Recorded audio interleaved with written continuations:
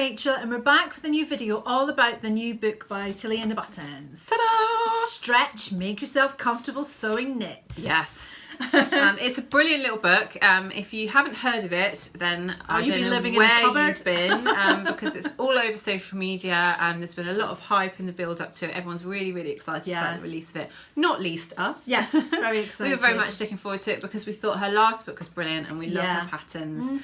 They go down really well in our classes. And they're just very, very good for beginners, I think, and for people at all levels of sewing. But they're also very wearable patterns. Yes. That's why we like them, because they're not anything which is uncomfortable. They're always well made. They fit with other things. So I think she does it well. And with this new book, I think more so than ever, because knits are so comfy to wear, and they are very much everyday garments, aren't they? They're the sorts of things that you would wear on any normal day. You don't need to wear for special occasions. No. Which I think means that you're going to get a lot of use out of them. Absolutely. So as soon as we knew about the book, we approached Girl Charlie to ask them if they would be interested in sponsoring a review. And they very kindly supplied us with the knit fabrics that we used to make our examples from the book. We had to guesstimate a little bit, didn't we? We did. We didn't have the book yet. No. So we had to kind of look at some sneaky pictures that we'd seen, and then we had to guess how much fabric we would need. and we had enough, so it was fine. We had enough, so we're okay. But we both straight away had some idea of patterns that we wanted to make from the book. Yes. And so it wasn't difficult to decide. The book itself only has 5 or 6 patterns really in the whole book. So you get the BB skirt, which is a pencil skirt. Yes. And you get the Frankie Baseball Tee, which is the other one that I've made. Yes. You get the Freyr top or dress. I'm wearing the dress and Nikki's wearing the top. Sorry, the BB is actually, Nikki's wearing a variation of that as well. So that's the pencil skirt with the pinafore hack. And then there's a Stella set, which is a hoodie and a set of joggers, so perfect for casual weekend wear, lounge wear. That's right. And then finally there's the Joni Dress, which is I've seen it in sequins, I've seen it in velvet, so that's the one that you could make for an evening out if you wanted to. But it is also the stripy dress that's on the front of the book, so it could be a great day dress as well. And she's kind of done them, if you get the book, she's done them in order of difficulty. Yes. So starting with the BB skirt, which is the easiest, and working all the way up to the, what was the dress you called it? The Joni. Joni Dress. Yes. That's why Rachel listed them all off, because I can't remember 5 things. So I got to the end, which is the Joni Dress, which is slightly more complex, not a difficult sew, but more complex than the BB. Yeah, so they start off easier, and each of the patterns, whilst there are only 6 in the whole book, each of them, she does offer 2 or 3 different variations of the same pattern. So Nikki's pinafore version of the pencil skirt is one of those. Yes. The dress is a variation of the top, and all of the patterns have several variations. So the hoodie, for instance, has a variation for a hoodie dress. And there are lots of different things that you can try, but it's aimed at beginners, it's aimed at people that haven't sewn with knits before, and because of that, the way that it's written, the way that it's worded is really, really basic. There are lots of simple instructions. It's assuming that you don't know what you're doing. Yeah. But I think even if you do know what you're doing and you have sewn with knits before, I find with Tilly there are always useful snippets. Yeah, different ways of doing things, or little tips and tricks that you maybe hadn't thought of before. So regardless of your sewing ability, I think it's definitely a good one. Absolutely. I'm very much looking forward to the next 6 months, because the sewing community will start hacking these patterns. I've already done 3 hacks. In fact, I've not made a straight one yet. Everything I've made's been hacked. But I like seeing that. I like seeing other people's versions and then suddenly getting new ideas for the same pattern and going on to exactly. And that's actually one of the things that I wanted to mention about the book, is that if you're new to pattern hacking, if it's not something that you've done before but you want to give a go, I think knit fabrics is a really safe way to do that. Yeah. Because when you hack a pattern, whatever you change tends to have a knock-on effect to the fit of some other part of the garment. Whereas with knit fabrics, the fit is so much more forgiving, because the fabric, stretch in the fabric is doing a lot of the work for you, which means that you can feel free to change necklines, to shorten things, lengthen things, add things in, without worrying too much about how that's going to affect the overall fit.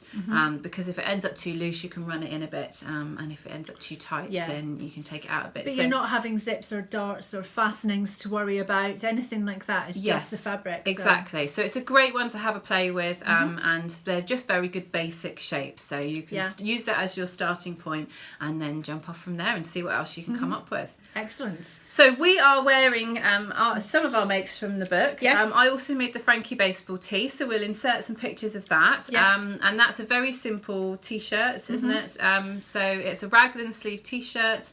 What was the fabric you got from Girl I Charlie? used 2 types of cotton jersey. One was called a dark denim and one was called a light denim. And I got them to provide me with both colours. And then I used the dark colour on the sleeve, the light colour on the body. And I used some ribbing that I already had in my stash for the neckband. You can make the neckband out of the fabric. So if I'd have been doing that, I would have used the dark from the sleeve for my neckband. Yes. But because I had a good colour match in the ribbing, and I find that ribbing always gives you a flatter neckline. So I chose to go for that. I did hack that one as well because I like the shape, the top half of the shape of the Frankie Baseball Tee, but I felt like it was a little bit too oversized for me, and the length of it was a little bit long for me, hits me in a place that I genuinely don't like to wear things. So what I decided to do was shorten the front, but I quite fancied a high-low effect, so I added some of the length I'd taken off of the front to the back. I also then changed the curve because I wanted a more pronounced curve on the front and the back, so I completely changed the curve on the bottom hem so that it curved from the front round into the back.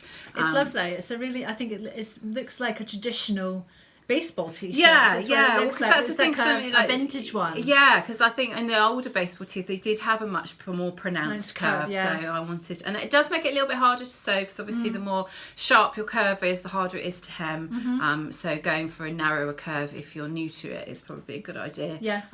But it's fun to play around with. Like I said, that's a change you can make without having to worry about having any knock-on effect. As long as your side seams still match, as long as they're the same length at the side seam, yes, then what happens after that is entirely up to you. And how did you find the fit on that one? I really liked it. Yeah. I really liked it. So I went for a size 5. Usually in Tilly patterns, I'm a 5 on the bust, a 4 on the waist, and a 6 or a 7 on the hip, depending on the garment. And I went for a straight 5 because I knew, because I was doing this high-low on the hem, I knew I didn't have to worry about that because it wasn't going to be close fit around there anyway. Of course, also, yes. looking at the finished garment measurements, I knew that wasn't going to be an issue. And actually It's for a t-shirt, I wanted it to be a bit more roomy around the waist, so I decided to go for a straight size 5 on that one. Lovely. And then, do you want to talk us through what you're wearing? Yeah, well, I've got both my makes on at the same time. You knew instantly you wanted to make an outfit, didn't you? Yeah, I did, because I didn't want to make a dress. I knew Rachel loved the dress, so although I do think that I might make the Freyr dress with the frill. Yeah, I didn't think I would, but because I'm not really a frilly girly girl, and I'm only just coming to terms with slight roll necks. This is about the funnel neck's perfect. Funnel for neck you, is isn't perfect it? Yeah. for me. Anything higher than that, I'm just like this all day. But I do quite like this on me. So I've got the Freyr top, which was just cut to the top version, and again I did a straight size 5. The BB skirt with the bib and the braces. Now, because I've used a Ponchiroma on the BB, and I didn't want it to be skin tight. I didn't want to show off all my lumps and bumps in a plain coloured fabric. I just felt as if it would be too distracting for me to wear it. so I went up a size on that. So I went up to size 6 with the skirt, but I did have to bring the waistband in so the waistband fitted me. But that's easy with stretch because I just made the 2 of them fit. Yeah. So it was basically a size 5 waistband, a size 6 skirt, and then the rest was all size 5 as well. I do like it, but I do think that perhaps the bib is a bit big on me. That I would maybe, if I made another one, I would maybe narrow it slightly and have it slightly smaller. Yeah, I think possibly you could do that because the pattern piece, you cut it on the fold. Yes. If you were just to move it slightly past the fold, so instead of actually laying the edge of the pattern on the fold, you laid it an inch past it. Yes. Then that actually would reduce the whole size of the bib, but without changing the shape. It's only when I'm sitting down. When I'm stood up, obviously everything is pulling because the skirt is down and you're stood up. But when I'm sitting, I do feel as if it's maybe a bit too big at the sides here. So I would maybe make it straighter and maybe a slightly smaller. But I do think I'll make another one. I was already talking about it today that I might. Yeah. I fancy making one in a proper heavy knit sweater for like the a proper jumper dress. Yeah, it may not be the bib part, but definitely the skirt. I've years ago I used to have a couple of really heavy knit Yeah. with elasticated waistband pencil skirts, and I used to live in them. Yeah. With tights and boots. So that, to me, that I'll make one of them in the winter time. Yeah. And I love the Freyr.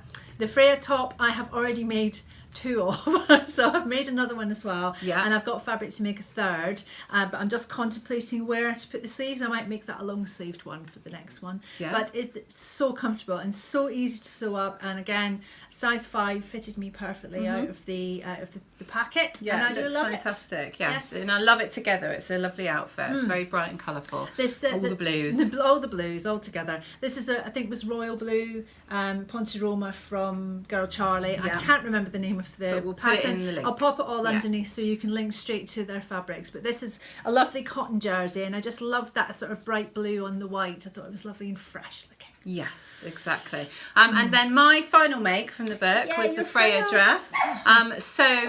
I again, because I can't do anything normally, No. I did want to make a few changes. So for me, the funnel neck is slightly longer. So it's not as high as the roll neck. There is instructions in the book for how to change the funnel neck into a roll neck. I just added an extra inch, so it would be a ½ inch on the fold, just to make it a little bit higher. Yeah. The other thing that I did, I went for the pleats. You're supposed to pleat just a single layer of jersey and have the raw edge visible, but this is a French terry, so you can see that it's white underneath. It's the white loop back stuff underneath, and so I didn't think that would look very nice being left raw. So I chose to cut my my ruffle double width so that I could fold it. I also didn't want to have the raw edge visible when I attached it, so I chose to use piping. So I attached the ruffle to the piping and then attached the whole thing to the front. And on this one, the ruffle goes all the way around, which is the way that she gives you instructions in the book. I have since made a top where I decided just to put the ruffle on the front and have it stop at the shoulders. Yes. So you'd have that option as well. The other thing that I changed was the shaping of it, because I knew from the pictures that I'd seen of people wearing it, I knew it was quite a close fit on the waist and the hips. And I just knew that I wouldn't wear it that often if I felt like too self-conscious in it, or if I felt like I had to wear Spanx in order to feel comfortable in it. Yeah. So I chose to change it, and all I did was... So this is a 5 on the top blended to a 7 at the bottom, but I actually, from about 1.5 inches above the waistline, I just kicked it straight out in a straight line all the way down to the hem. So I had a more A-line shape, but one that's a little bit more roomy on the tummy and the hips, and just makes me feel a lot more comfortable. It's a lot more flattering, I think, than it being skin tight. You don't want it skin tight. Yes, I'm very envious of those of you that are lucky enough to be able to wear a tight fit one, but I just knew that it wouldn't be right for me, so I made that change. And then I have since made a top version, and I kept the change on that for the top, and again, I think that was the right thing to do. So I think sometimes it depends on the fabric, because if the fabric is thinner or doesn't have too much hold to it, does that make sense? Then it can just look as if it's just sitting on every lump and bump. But whereas if it's a heavier fabric that's got maybe more spandex in it or something like that, it kind of just feels as if it's skimming across you. I think that could, I mean, now you say that, thinking about heavier fabrics, I think this dress would look amazing in a scuba. It would, because I think the ruffle would just be really cool. And it would skim. You could wear it tighter and it would skim over, so that might be one to try. But I really love this dress. I had it in my head from the very beginning. I knew what I wanted. I knew I'd seen Girl Charlie had put this fabric up on their Instagram page a few weeks before, and as soon as I saw the picture that Tilly released of the yellow dress, I knew that I needed to make these two work. I knew I wanted the piped edge, and it's come together exactly as I wanted it to, and I'm totally in love with it. So I don't know what this fabric is called either. I'm calling it Cover Me in Kisses. That's what it looks like. and it's French terry. Yes. So we'll link underneath. Yes, anyway. Cover Me in Kisses Terry. Whoever Terry is. Lucky Terry. Lucky Terry. But we'll put links below to all of the fabrics. They were all really easy to sew with. That's the thing I love about Girl Charlie fabrics, is they're usually very good stable knits. Obviously, They do sell some more drapey jerseys, viscose and rayon jerseys. They're usually going to be a little bit thinner and a little bit harder to handle. But with these ones, we definitely went for cotton-based ones. Yes. And then that just makes the whole thing a lot easier. Comfort. That's all I was looking for. I was looking for something really comfy. That's the whole point of the book. Exactly. So, yes. So, you know, don't make it more difficult for yourself than you need to. So what we'll do is we'll put some pictures of both of our mates at the end. Yes. But as an overall summary, I think we would definitely recommend the Tilly book. Yeah, definitely. I want to make that dress. And I want to make another one of these. I'll probably make 50 of these. Yeah.